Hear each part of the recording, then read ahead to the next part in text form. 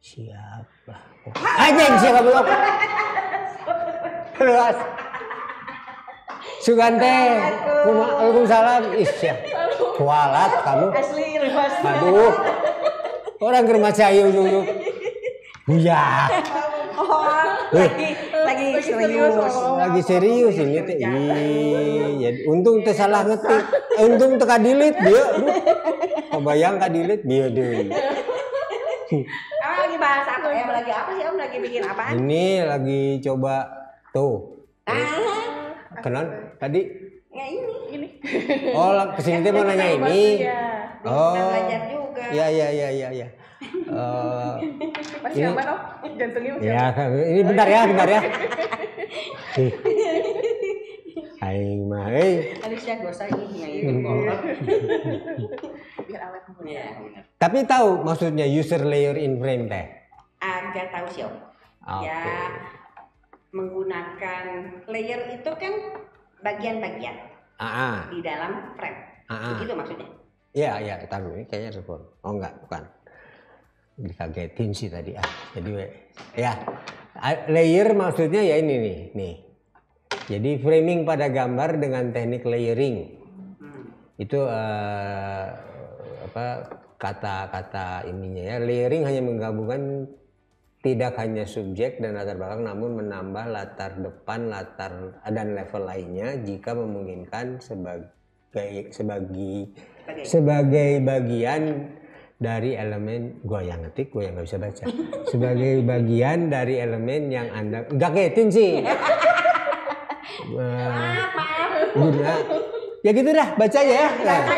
Nah, ada satu lagi tuh, alasan menyusun foto dengan layer. 1, menambah dimensi dan kedalaman. 2, menceritakan sebuah kisah. Ya pasti semua foto ya, kenapa difoto pasti pengen nyeritain sesuatu kan ya. Tapi dengan layering ini, dengan background ini kita bisa use layer ya. In frame user ini kita bisa lebih berbicara lagi gitu.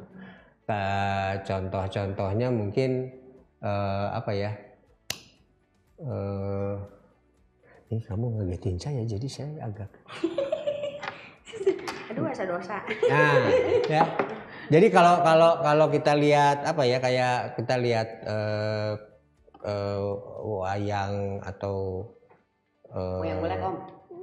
Wayang golek itu kan selalu ada goleknya, ada si dalang yang dimainin dalang sama background gitu. Nah itu layer itu yang di ini. Tapi kalau misalkan dalam pentas di luar negeri itu layer background juga kadang-kadang suka ditambahin kan, pakai ada yang tiba-tiba di gunungan terus gitu. Nah kalau di foto mungkin kayak gini ya, dia balerina ini sengaja dikasih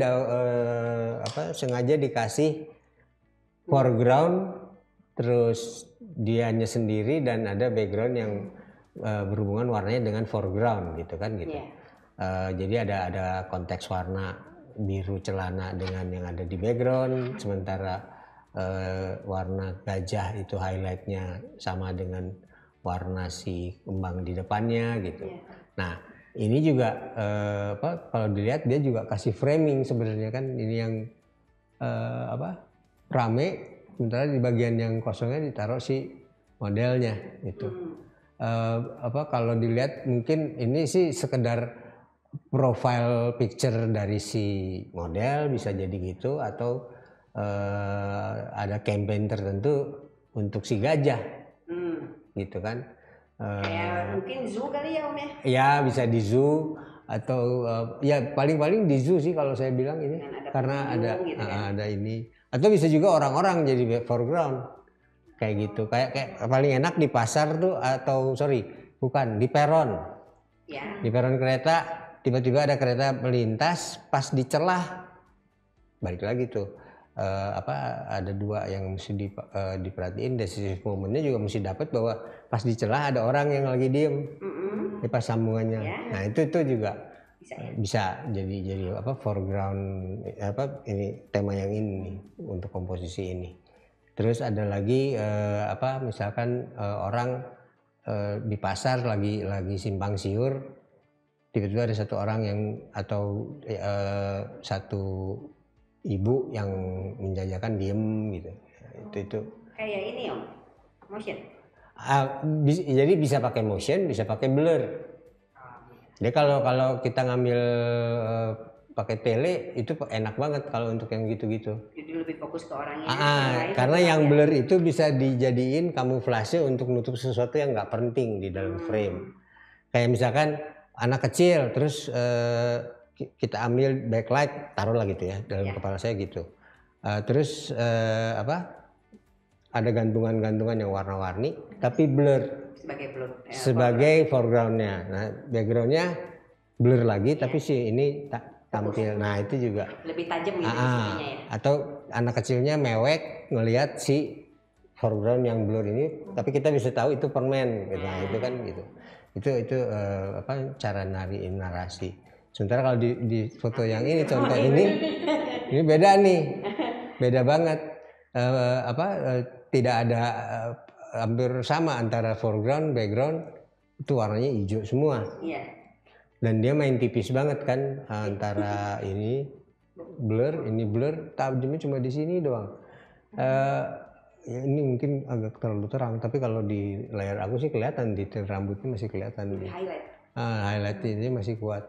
Tapi di sini mungkin campaign tentang udara bersih atau apa kan bisa kita bisa nangkep ceritanya dari anak kecil di alam hijau itu ya pasti udara bersih.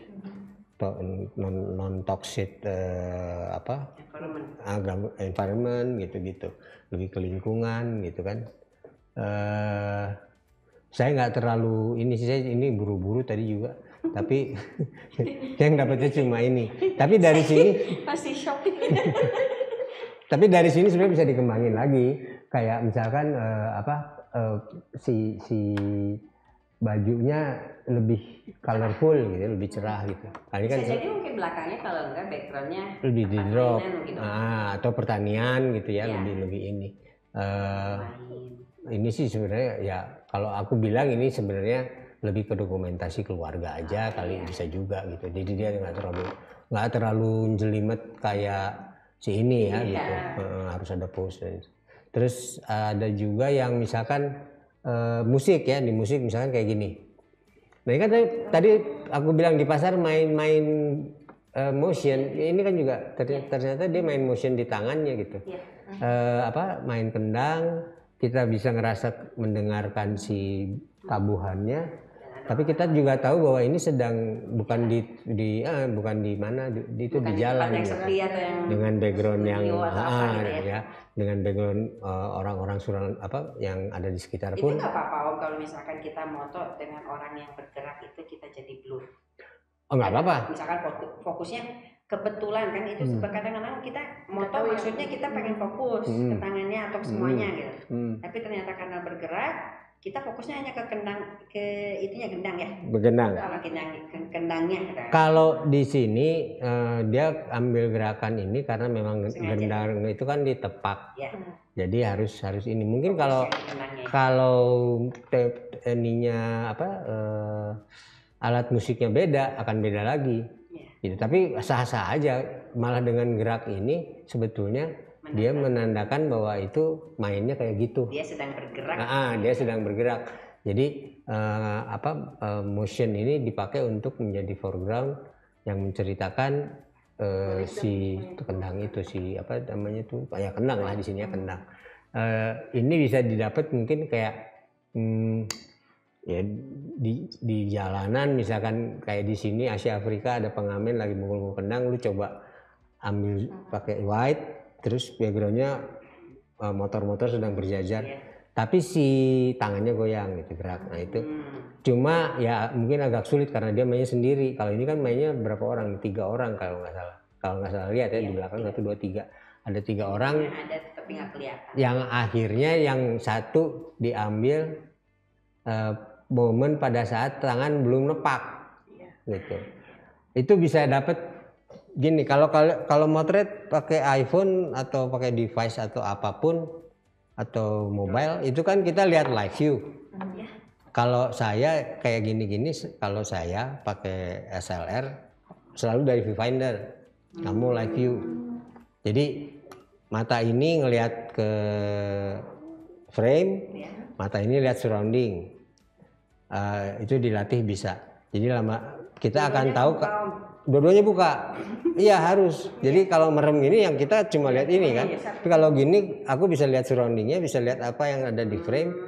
Aku bisa lihat kapan tangan itu begini. Gitu. Jadi ini ada teknik sendiri untuk dapet yang kayak gini tuh perlu latihan. Karena biasanya orang otak kiri otak kanan kan nggak bisa di ini. Kalau misalkan kita pakai kamera kan Om ya, apalagi dengan yang viewfinder kita mata ke kekeran gitu. Yang lain tutup. Ini tutup. Nah, saya dari dulu ngebiasain ini buat melihat sekitar dan saya selalu pakai mata kanan. Kalau mata kiri kita ketutup karena posisinya gini. Kalau gini kan yang ini lebih kebuka. Cobain aja. Jadi tetap di sini. Yang ini pasti itu di luar ini ya. Tapi itu teknik untuk dapet yang foto seperti ini. Kenapa tangannya bisa mau nepak gitu? Menentukan momen. Iya. Kayak ngitung ya. Jadi ngitung. Dan ini mungkin dia ngambil nggak cuma 1 kali 2 kali, mungkin beberapa kali supaya dapat tangan yang itu. Nah, contoh seperti ini sangat personal banget ya fotonya tentang apa? Kayaknya pengantin loh. Kelihatannya pengantin gitu, tapi dia lebih sayang ke anjing kayaknya. Tapi ya ini kelihatan foreground terus subjeknya, dan ini kelihatan juga di backgroundnya tuh kayak bukan di rumah, kayak pesta kan ada rumah gitu. Terus dari bajunya gitu. Nah, ini aku yang kenapa menyangka itu pengantin ini? Ini kan? Kerudung. Iya. Sama itu groomnya. Sama groomnya. Jadi memang kita bisa bikin cerita sendiri sebenarnya di foto ini, bahwa mungkin si pengantin itu dapat hadiah anjing atau anjing kesayangannya dia bawa-bawa gitu kan sampai nggak mau lepas gitu. Anjing punya juga ya? Punya kecemburuan juga kali ya.